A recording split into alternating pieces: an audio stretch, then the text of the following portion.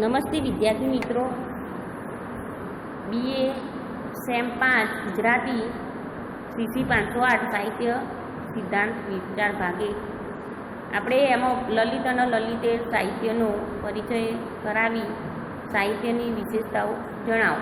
એમાં આપણે જોઈ ગયા કે કલા વિભાવના જોઈ ગયા, પછી લલિત અને લલિતેર સાહિત્ય વચ્ચેનો તફાવત, એમાં લલિત કળાઓનો પરિચય, લલિત કળાઓના ઉપાદાન અને ચાર વચ્ચેનો ક્રમ, એમાં સ્થાપત્ય જોઈ ગયા, શિલ્પ જોઈ ગયા, ચિત્રકળા વિશે આપણે વાત કરીશું. તો સ્થાપત્ય, શિલ્પકળા, આ કળાઓ આપણે જોઈ કે સંગીત કળા કે સાહિત્ય કળાથી ઉતરતી જાય. હવે ચિત્રકળાની વાત કરીએ તો ચિત્રકળાનું ઉપાદાન ફલક, રંગ અને રેખાઓ છે. કે આપણે ચિત્રકળા જે રહી એનું મેન જોઈએ ફલક તો રંગ અને રેખાઓ, ફલક, રંગ અને રેખાઓ એ ખૂબ જ મહત્ત્વની છે. આ ઉપાદાન દ્વારા કલાકાર ફલક ઉપર પણ ઘન પદાર્થ કે દૂરતાનો અને સાદૃશ્યનો આભાર ઊભો કરી શકે છે. તેથી તેમાં શિલ્પકળા કરતાં ઓછી સ્થૂળતાનો અનુભવ થાય છે. આમ છતાંય ચિત્રકળામાં પણ ગતિના સૌંદર્ય કરતાં સ્થિર સૌંદર્ય વિશેષપણે પ્રગટ થઈ શકે છે. વાર્તામાં પ્રસંગોનું સાતત્ય રચી શકાય છે તેવું ચિત્રકલામાં શક્ય બનતું નથી. તેમાં પ્રસંગની પરંપરામાંથી અમુકને પસંદ કરીને તેનું ચિત્રાંકન કરવાનું રહે છે. આમ છતાંય ચિત્રકલાનું ઉપાદાન સ્થાપત્ય અને શિલ્પના ઉપાદાનો કરતાં ઓછું ભૌતિક હોય છે અને તેમાં કલાકારનું કૌશલ્ય સવિશેષ પ્રગટ થાય છે. આ રીતે આપણે જોઈએ તો ચિત્રકલા જે રહી એમાં સૌંદર્ય અને સ્થિરતા વિશેષપણે પ્રગટ થાય, પણ વાર્તામાં પ્રસંગોનું સાતત્ય રચી શકાય તેવું ચિત્રકલામાં આપણે શક્ય બની શકતા નથી. હવે આપણે કોઈ વાર્તા કહેતા હોય એમાં તમને ડીપમાં સમજાવી શકીએ, પણ જો ચિત્રમાં આપણે એ વાર્તાના 6-7 ભાગમાં ચિત્ર દોરીને તમને સમજાવીશું, દેખીશું તો આપણને ઉપર છેલ્લું આમ ખ્યાલ આવી જશે, પણ જે અંદરથી જે ડીપ રહીમાં એક એક વસ્તુનો ખ્યાલ આવતો નથી. એ આપણે જે વાર્તા જાતે કહીએ એમાં જ ખૂબ જ સારી રીતે ખ્યાલ આવે છે. એટલે ચિત્રમાં જે વસ્તુ દેખાય એ સૌંદર્ય વિશેષ પ્રગટ થાય, પણ વાર્તામાં પ્રસંગો સાત્ય રચી શકાય તેવું ચિત્રમાં આપણે રચી શકતા નથી. હવે આના પછી જોઈએ આપણે તો સંગીત કળા. સંગીતનું ઉપાદાન નાદ અથવા તો અવાજ છે. આપણે જોઈએ છે કે જે સંગીત રહ્યું એનું જે ઉપાદાન એ નાદ અથવા તો અવાજ છે.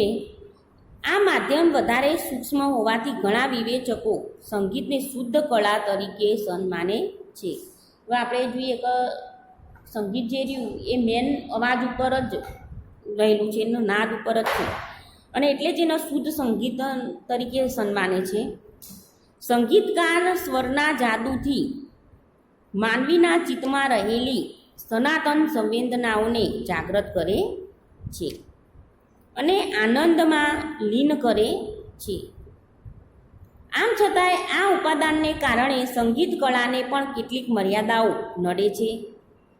જેમ કે વાસ્તવિક પદાર્થ કે આકૃતિઓને સંગીત યથાર્થ રજૂ કરી શકાતું નથી. આપણે જોઈએ કે વાસ્તવિક જે પદાર્થો હોય, આકૃતિઓ હોય એ સંગીતથી યથાર્થ રજૂ ના કરી શકાય. વળી મહાસાગરના ઘોઘાટ અને યુદ્ધોના ઘોઘાટ એ બંને પ્રકારના અવાજોનો સ્પષ્ટ ભેદ ઘણીવાર સંગીતમાં થઈ શકતો નથી. એટલે આપણે જોયું કે આ વસ્તુ સંગીત એ નાદ અને અવાજથી જ ખૂબ જ સુંદર એવું સંગીતને શુદ્ધ કળા તરીકે માનવામાં આવ્યું છે. સ્વરના જાદુથી જ માનવીના ચિત્તમાં રહેલી જે સનાતન સંવેદનાઓ એ જાગૃત થાય છે, આનંદ મળે છે આપણને. અને ઉપાદાનના કારણે સંગીત કળાને પણ કેટલીક મર્યાદાઓ નડે છે.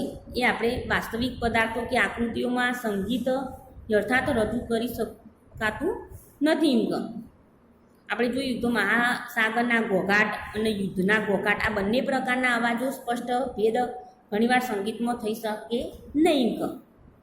હવે સાહિત્ય, તો સાહિત્યનું ઉપાદાન છે અર્થયુક્ત શબ્દ. હવે સાહિત્યનું જે મેન રહ્યો એ આપણો અર્થયુક્ત શબ્દ હોવો જોઈએ. હવે શબ્દ એમનામ અર્થ વગરનો હોય તો એનો કોઈ મિનિંગ સાહિત્યનો રહેતો નથી. આ ઉપાદાન અન્ય કલાઓના ઉપાદાન કરતાં ઓછું ભૌતિક અને સૂક્ષ્મ અર્થો પ્રગટ કરવાની શક્તિવાળું છે. અન્ય લલિત કળાઓના મુકાબલે સાહિત્યની કલા તેના વિશિષ્ટ ઉપાદાનને કારણે પણ કેવું વૈશિષ્ટ્ય ધારણ કરે છે તે હવે આપણે જોઈએ. હવે જોઈએ તો બધી જ લલિત કળાઓમાં સાહિત્યની કળાની વિશેષતાઓ, આ બધી જ જે લલિત કળાઓ રહી આપણે જોઈ તો સ્થાપત્ય કળા, શિલ્પકળા, ચિત્રકળા, સંગીત કળા, આ બધી જ કળાઓ જે રહી એનાથી એ સાહિત્ય રહી એ સાહિત્ય કળાઓમાં વિશેષતાઓ આપણે જોઈએ તો સાહિત્ય કળાનું ઉપાદાન અર્થયુક્ત શબ્દ છે. અને આ ઉપાદાન અન્ય કળાઓના ઉપાદાન કરતાં વધારે સૂક્ષ્મ, પ્રતિકાત્મક અને શક્તિશાળી છે. આપણે જોઈએ આ બધી જ કળાઓ એમાં આ સાહિત્યને ઉપાદાન વિશેષ ગણાય છે. અને એમાં કેમ વિશેષ ગણાય છે સાહિત્ય? એનું અર્થયુક્ત શબ્દ છે.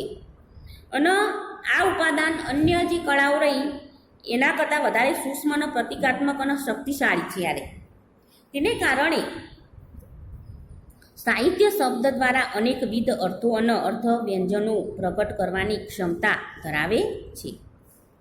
કોઈ પણ શબ્દ જ્યારે વાક્યમાં પ્રયોજાય છે ત્યારે તેનો અર્થ તો ધરાવે જ છે.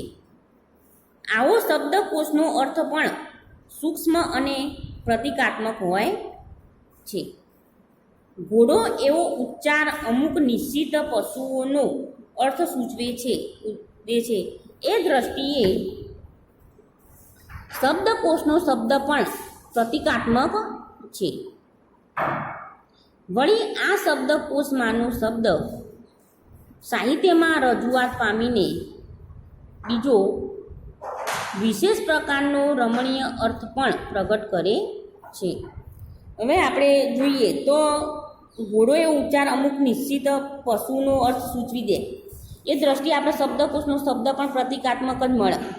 પણ શબ્દકોશનો શબ્દ સાહિત્યમાં રજૂઆત પામીને જો બીજા વિશેષ પ્રકારનો કે રમણીય અર્થ પણ પ્રગટ કરી શકે છે. આ રીતે સાહિત્યમાં અર્થ ચમત્કાર વ્યંજનાત્મક અભિવ્યક્તિ પણ સંધાય. સાહિત્યનો શબ્દ મૂળ અર્થ ઉપરાંત દૂરના બીજા અનેક અર્થો પણ સૂચવે છે. દાખલા તરીકે ગાલે ઢળે નમણી પાપણ અર્ધ નીચી. હવે આ પંક્તિમાં થોડાક શબ્દો દ્વારા એક લજ્જાળુ સુંદરીનું ચિત્ર તાદર્શ્ય થાય છે. હવે આપણે જોયું કે ગાલે ઢળે નમણી પાપણ અર્ધ નીચી. તો આ આપણે વાંચ્યું એમાં તરત જ આપણને ખ્યાલ આવે કે એક સ્ત્રી જે રહી એક લજ્જાળુ સુંદર સ્ત્રીનું આ ચિત્ર અહીંયા થાય છે દ્રશ્ય. ટૂંકમાં માનવ હૃદયની જે સંવેદનાઓને વાચા આપવા માટે ભાષા જેવું સુગમ અને સમર્થ માધ્યમ બીજું એકે નથી. એમાંય સાહિત્યમાં આ શબ્દો અનેકવિધ અર્થ સંદર્ભો તેમજ સમગ્ર વિશ્વની વિશાળતાને તાદર્શ્ય રીતે આલેખવામાં સાહિત્ય અન્ય કળાઓ કરતાં વધારે સારી રીતે સફળ થાય છે. સાહિત્યમાં શબ્દો દ્વારા સર્જાતા ચિત્રો આપણી કલ્પના શક્તિને જગાડે છે. આ શબ્દો દ્વારા નાનામાં નાના પદાર્થોથી માંડીને આખા યુગનું ચિત્ર રજૂ થઈ શકે છે. કે એ શેના દ્વારા? સાહિત્ય દ્વારા. સાહિત્યના જે શબ્દો જે રહ્યા એ ચિત્રો આપણી કલ્પના શક્તિને જગાડે અને નાનામાં નાના જે પદાર્થો માંડીને આખા યુગનું ચિત્ર પણ રજૂ સાહિત્ય કરી શકે છે. સાહિત્ય કૃતિમાં સતત બનતા બનાવોની હારમાળાનું દર્શન કરાવી શકાય છે. અને માત્ર સ્થૂળ પદાર્થોના ચિત્રો જ નહીં પરંતુ માનવ ચિત્ર, માનવ ચિંતનનું ગૂઢ સંવેદનાઓ પણ સાહિત્ય અસરકારક રીતે પ્રગટ કરી શકે છે. જો આપણા જોડે સાહિત્ય છે તો આપણે કોઈ પણ નાનામાં નાનો જે બનાવ બન્યો છે તેના વિશેની આપણે માહિતી પ્રાપ્ત કરી શકીએ છીએ સાહિત્ય દ્વારા. આ રીતે આપણા માનવ ચિત્તને પણ ગૂઢ સંવેદનાઓ પણ એ સાહિત્ય દ્વારા જ આપણને અસરકારક પ્રગટ કરી શકે છે. સાહિત્ય ઉપાદાન એવા શબ્દની આવી વિશેષતાઓને કારણે હેગલ અને વર્ડસવર્થ જેવા ઘણા વિવેચકો સાહિત્ય કળાને અન્ય કળાઓ કરતાં ઊંચું સ્થાન આપવા પ્રેરાયા છે. સાહિત્ય કળાની આવી વિશેષતાને કારણે સમગ્ર વિશ્વમાં ચિરંજીવ સાહિત્ય કૃતિઓ દ્વારા પ્રજાજીવન સમૃદ્ધ બન્યું છે. માનવજાતના આરંભકાળથી જ લોકગીતો કે ઉર્મી ગીતોના સાહજિક ઉદ્ગારો દ્વારા માનવજાત આનંદનો જ અનુભવ કરતી રહે છે.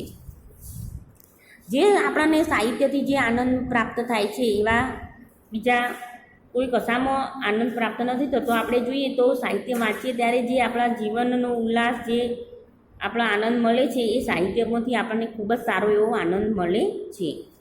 અને જગતના મોટા ભાગના દેશોની ભાષાઓમાં પણ ચિરંજીવ સાહિત્યકારો અને સાહિત્ય કૃતિઓનો આપણને પ્રાપ્ત થાય છે.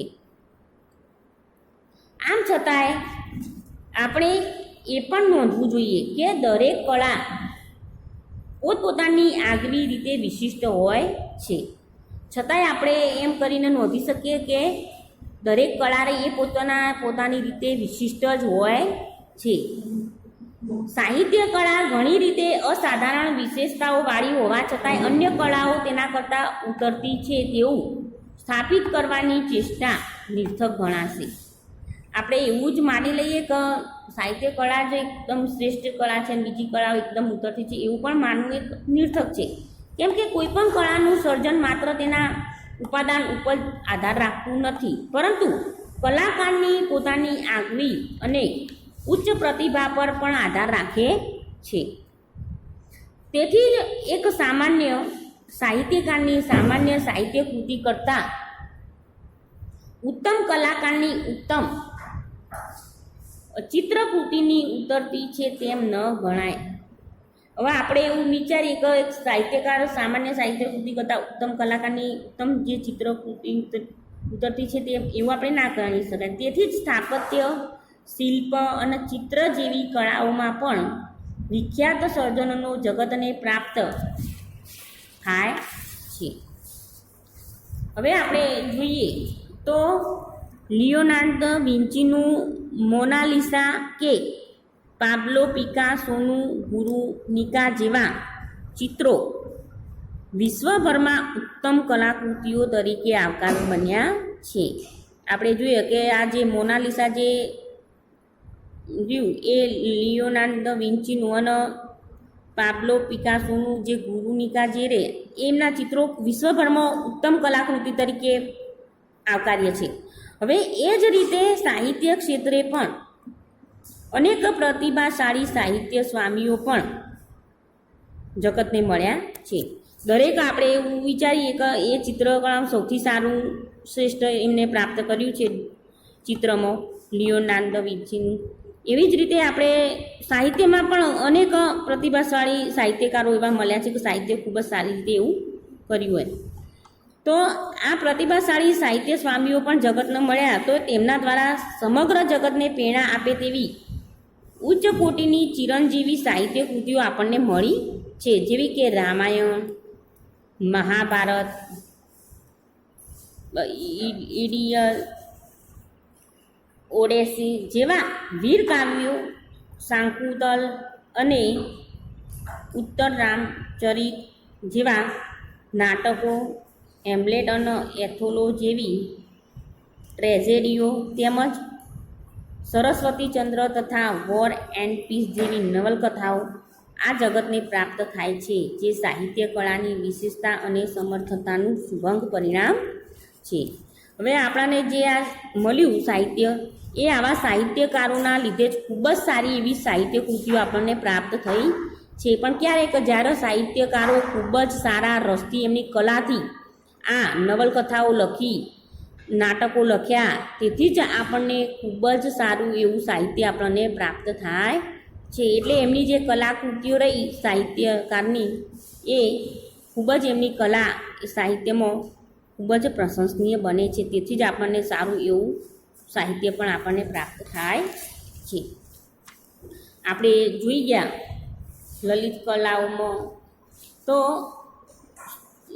આ આપણી જે રહી લલિત કળાઓ અને લલિત કળાઓના જે ઉપાદાનોના ઉચ્ચાર ક્રમમાં આ સ્થાપત્ય, શિલ્પકળા, સંગીત કળા, ચિત્રકળા, સાહિત્ય કળા, આ બધી જ કળાઓ પોતાની રીતે પોતાનું એક સારું એવું કળાથી જ પોતાની કળાથી ખૂબ જ સારી એવી કલાકૃતિ પ્રાપ્ત કરતું હોય છે. તેવી જ રીતે સાહિત્યમાં પણ એવા સાહિત્યકારો ખૂબ જ પોતાનું સાહિત્યમાં સારી કળા પ્રાપ્ત કરીને આપણને જે નવલકથા, નાટકો આપ્યા છે, એ વિશેષતા અને સમર્થાનું શુભંગ પરિણામ છે.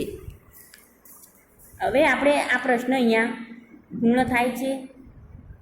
આના પછીના લેક્ચરમાં આપણે નવો પ્રશ્ન ચલાવીશું. બસ અસ્તુ.